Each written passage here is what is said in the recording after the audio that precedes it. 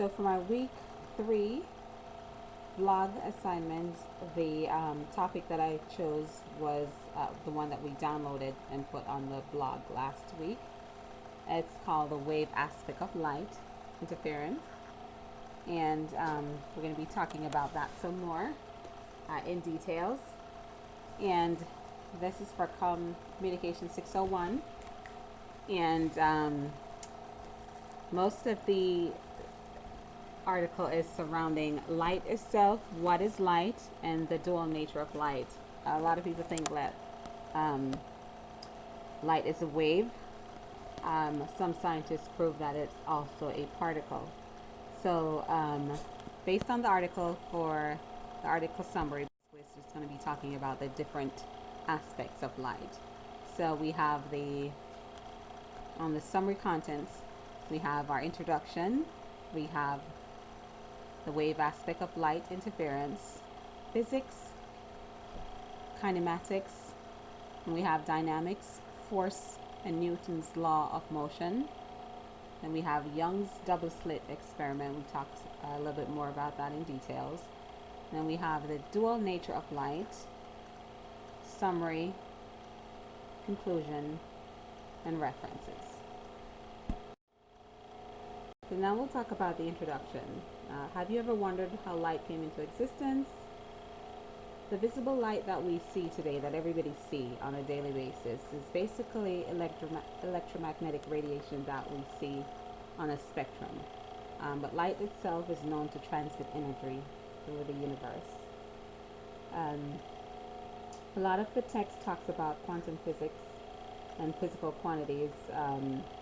Brings physics, of course, into play, because without that we would not have an understanding of light itself, of what light is. Light also behaves, even though it's invisible, it does behave in some strange manner, and we'll uncover that as we go further into the text. Light is also wavelength that you can measure from 380 to 760 millimeter. It travels in a straight line. It also acts like a ray when it interacts with objects that are several times larger than light, light itself. So it's also important to understand the characteristic of light, different types of light, for example, like laser beams, and the systematic structure of light itself. The next slide, the wave aspect of light interference. Visible light is basically, again, the type of electromagnetic wave to which our eyes respond. The range of visible lights, which we can actually see, it travels again in a straight line, and it behaves differently depending on the experiment that we use to conduct light itself. Physics.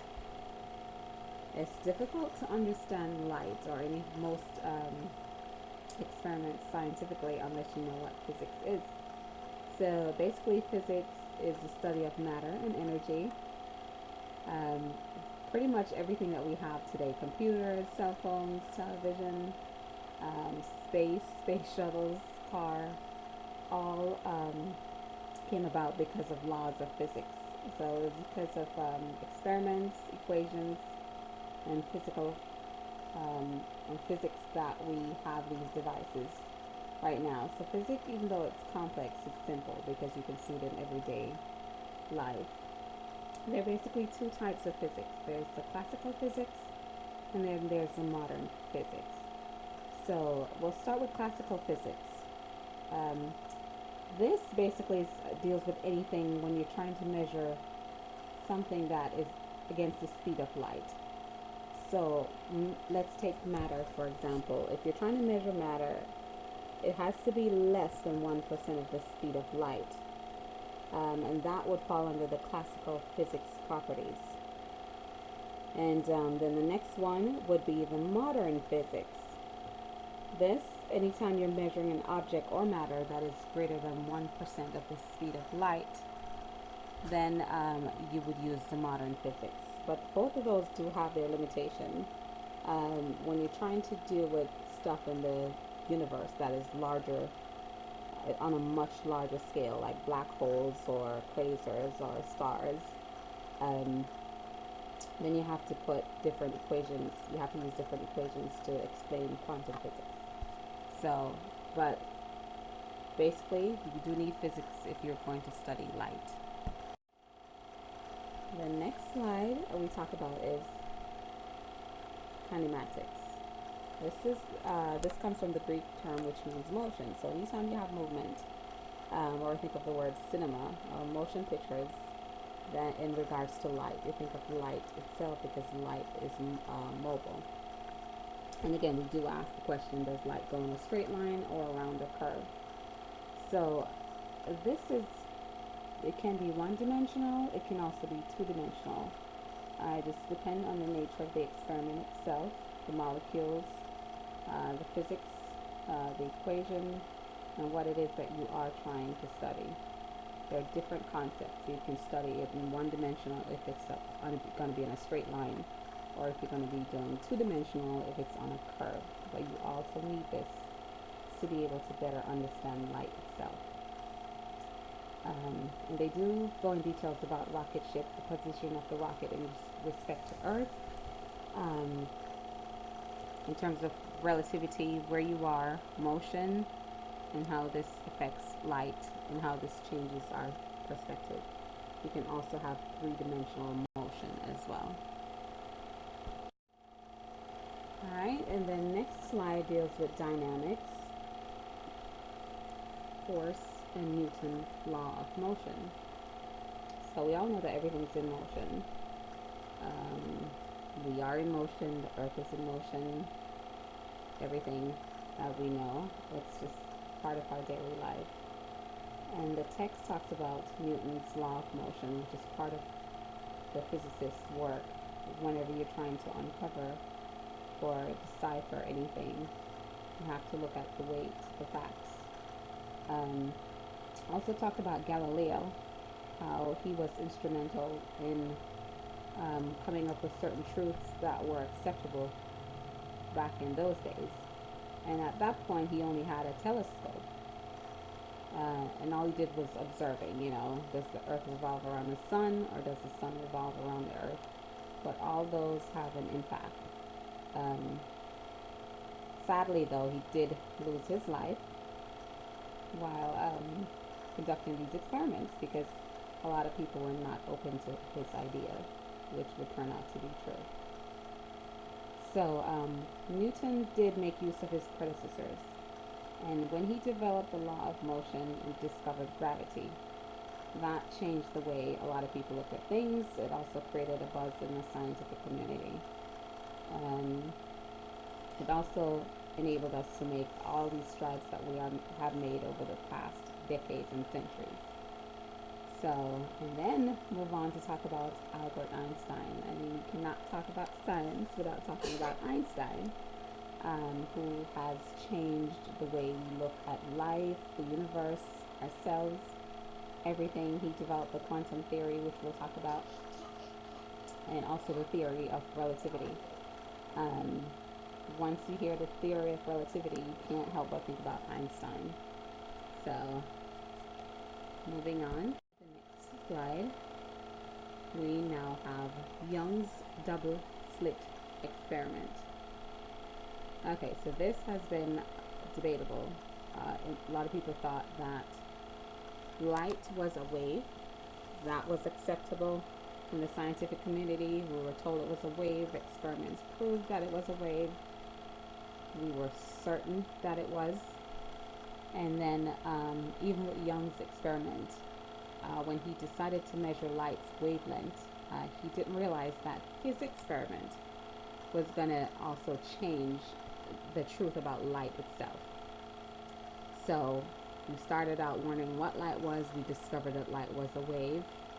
We, as time progressed, scientists discovered that light isn't just a wave, but also that it has other properties that would come into play at the time. And so in order to better understand that, we have to take all the facts into consideration. We have to look at all the experiments that they have conducted over the years. We've got um, drawings and figures and facts. So we've got equations from both sources, from Einstein as well as from Young, that are very, very convincing experiments. Is it a wave? Is it a particle? Is it both? How do you measure light? What are the best experiments to actually take a closer look at light? So, after Young proved that light was a wave, Einstein took up the challenge in 1905 and demonstrated that light was a particle. So his experiments show that beams of light basically would eject electrons from metal, and only photons would behave in that manner. So that again created a stir in the scientific community. And a lot of people were wondering, was Young incorrect? But he was not. Light was a wave, and then Einstein came and proved that light also is a particle.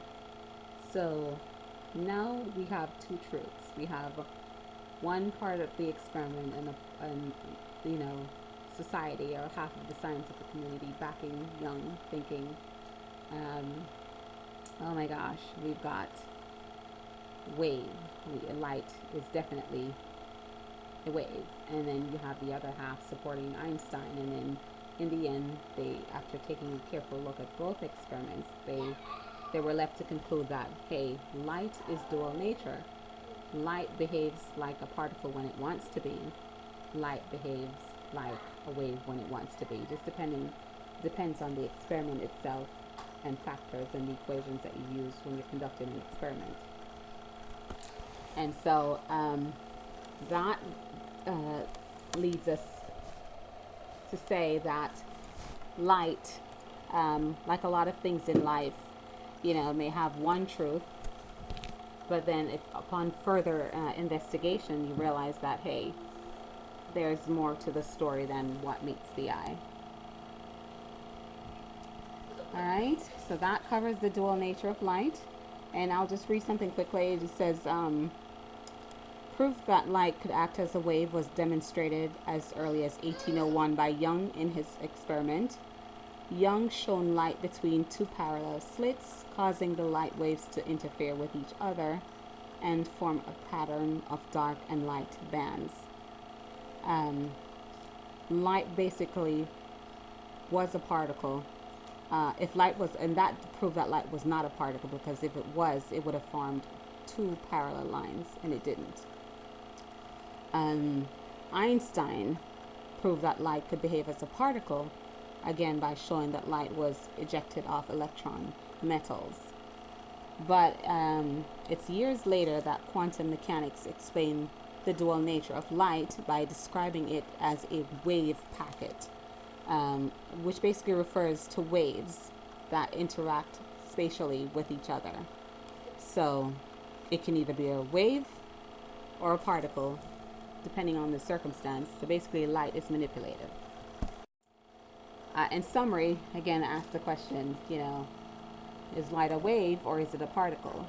So we know that scientists have spent decades in their labs just trying to unravel the mystery of light. Every time you run an experiment with light, you find new truth. Was the former experiment incorrect? Not necessarily. Will the new experiment defute or prove that the former experiments were incorrect? Not necessarily. Basically, light is hard to pin down. But for now, we do have two truths surrounding light. One author labeled light as a schizophrenia.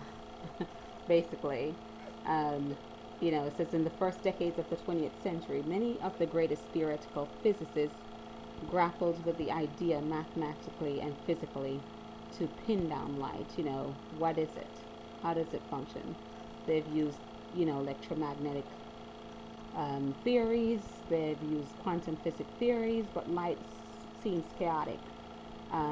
After much debate, conclusion, and experiments, they've concluded again that light is indeed dual nature. and that affects the interference of light. So we also talked about a brief history of light.